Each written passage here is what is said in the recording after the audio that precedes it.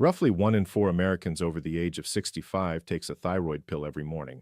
That pill has a name, levothyroxine, one of the 3 most prescribed medications in America, and roughly half of them are swallowing it the wrong way. The pill itself causes no problem. The glass of water causes no problem.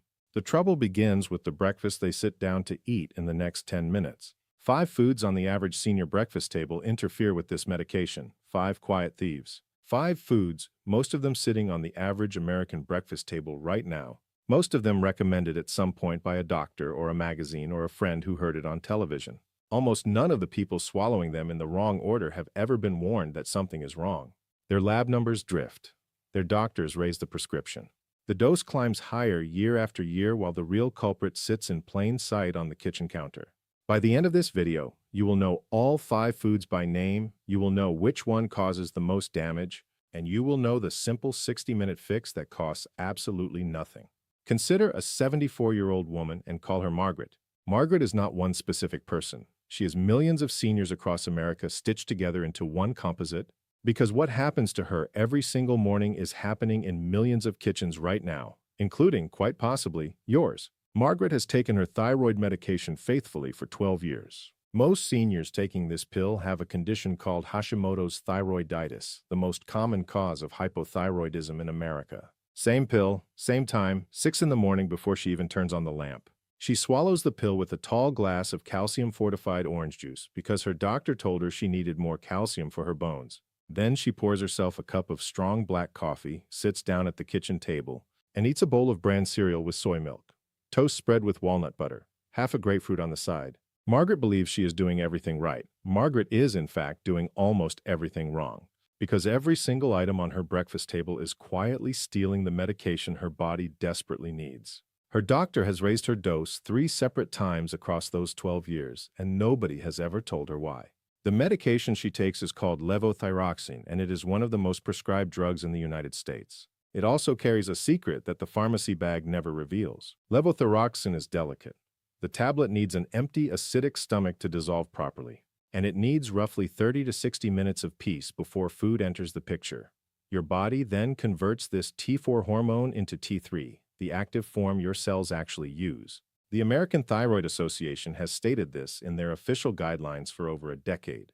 Take it 60 minutes before breakfast. Take it on an empty stomach. Take it with water, and only water. Here is the part that should make you uncomfortable. Most patients are never told why.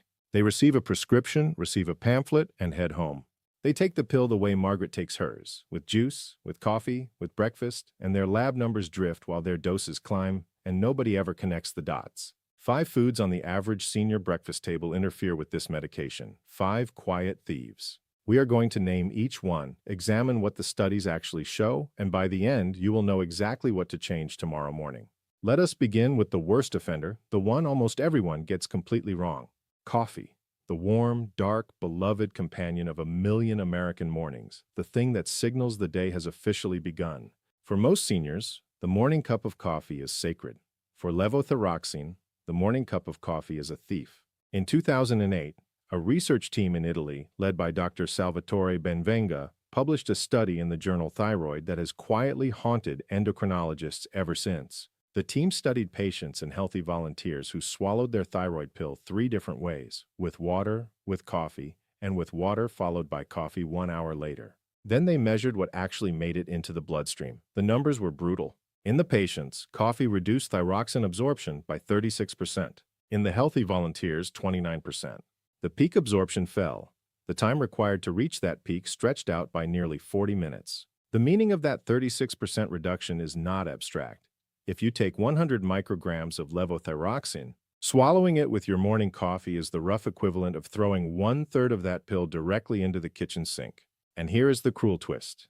Decaffeinated coffee is not the safe harbor most people assume. Studies show that decaf also stimulates the colon and accelerates the journey of the tablet through the gut before it has fully dissolved. The damage runs smaller, but the damage remains real. The compound at fault turns out to be the coffee itself, not the caffeine alone. Tea behaves in a similar way. A study from Taiwan in 2022 tracked 37 hypothyroid patients who drank either tea, coffee, or both within an hour of their medication. The patients who stopped drinking these beverages near their dose time saw their thyroid markers improve over the following 3 months. Long-term tea consumption, like coffee, interferes with absorption. There is a quiet cruelty to this finding, the very ritual that makes the morning bearable, that warms cold hands and signals the brain that the day has begun, is also the ritual that is undoing the medication. Nobody wants to hear that the cup of coffee is the problem, but the chemistry of the gut does not care about ritual. The chemistry only knows that the tablet needs an acidic, undisturbed stomach to fully dissolve, and the coffee is taking that away. Margaret drinks her coffee black. She believes black coffee is innocent. Black coffee is not innocent. Black coffee may be the single most expensive cup she has ever poured. Now the story turns, and most listeners will not believe what comes next until they hear it a second time. There is something else on Margaret's breakfast table that interferes with levothyroxine absorption even more powerfully than her coffee, something her doctor probably recommended. Something the magazines have spent decades telling her is the cornerstone of a healthy senior diet: bran, whole grains, high-fiber cereal. The very breakfast we have been told for 50 years represents the gold standard of cardiovascular health. In that same Benvenga study, the researchers tested whether dietary fiber would interfere with thyroxine absorption the way coffee did. They expected an effect. What they did not expect was the magnitude. Bran turned out to be a superior interferer, binding to the medication even more aggressively than the coffee. The pill, the hormone, the thing the body needed, became wrapped up by the brands and carried out of the digestive tract before the bloodstream could ever claim it. And this is not some fringe finding hidden in an obscure journal. The interaction is so well established that it appears in print on the official prescribing information for the two most common brand name versions of this medication, Synthroid and Tirosint. The drug labels themselves list, in plain language, the substances that decrease absorption, among them soybean flour, cottonseed meal, walnuts, and dietary fiber. That last one, dietary fiber. Think about what that means for a moment. The bran muffin, the whole grain toast, the bowl of oatmeal with flax seeds sprinkled on top.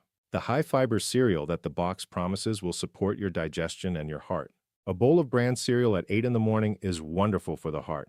The same bowl at 6:03, 3 minutes after the pill, is theft. Listen carefully now, because this is important. Fiber is not the enemy. Fiber is essential for senior health. The problem is not the food itself. The problem is the timing.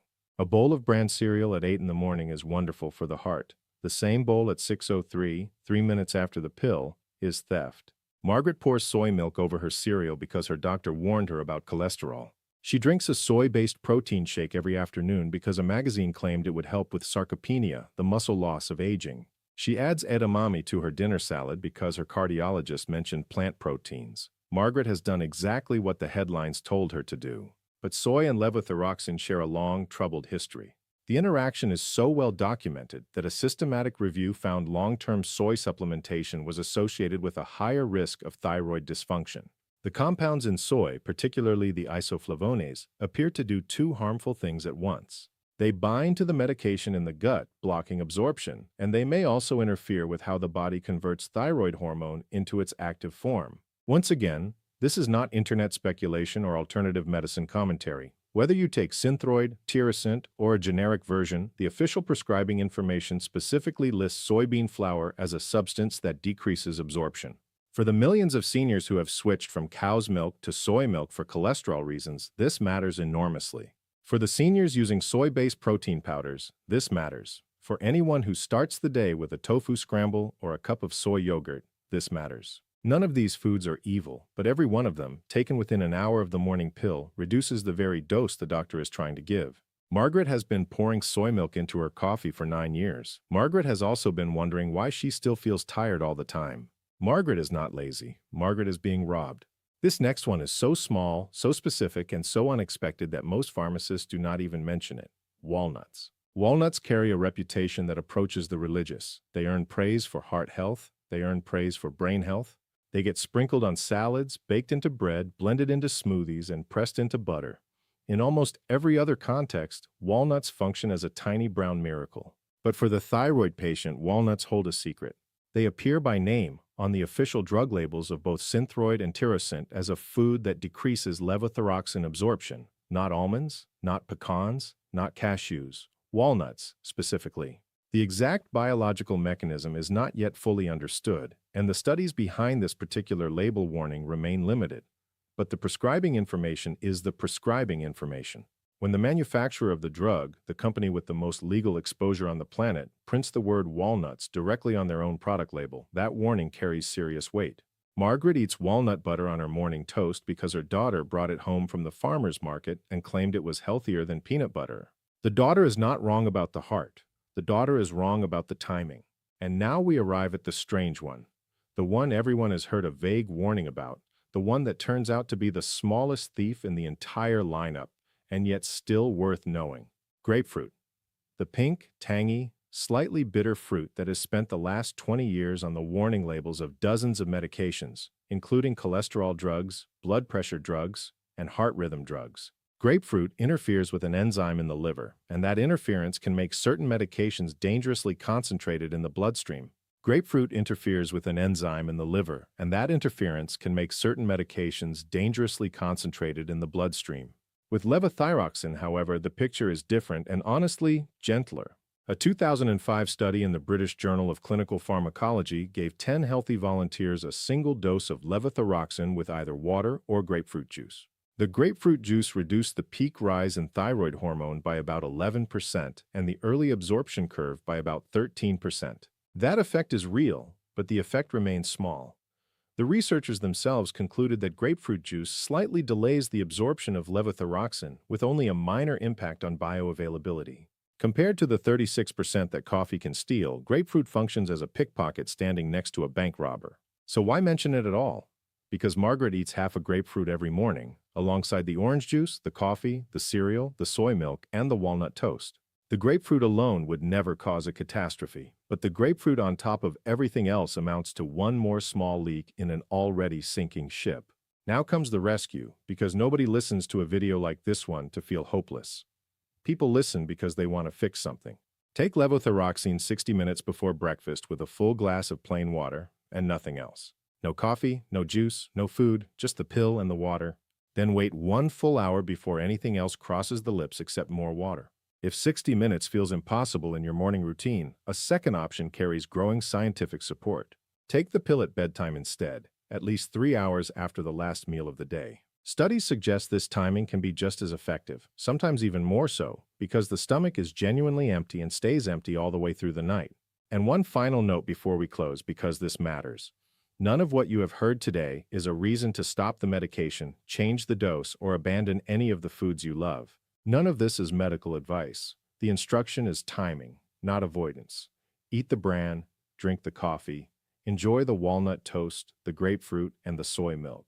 Just do it on the other side of that 1 hour window. If you remember nothing else from this video, remember this: 5 foods: coffee, high-fiber breakfast, soy, walnuts, and grapefruit.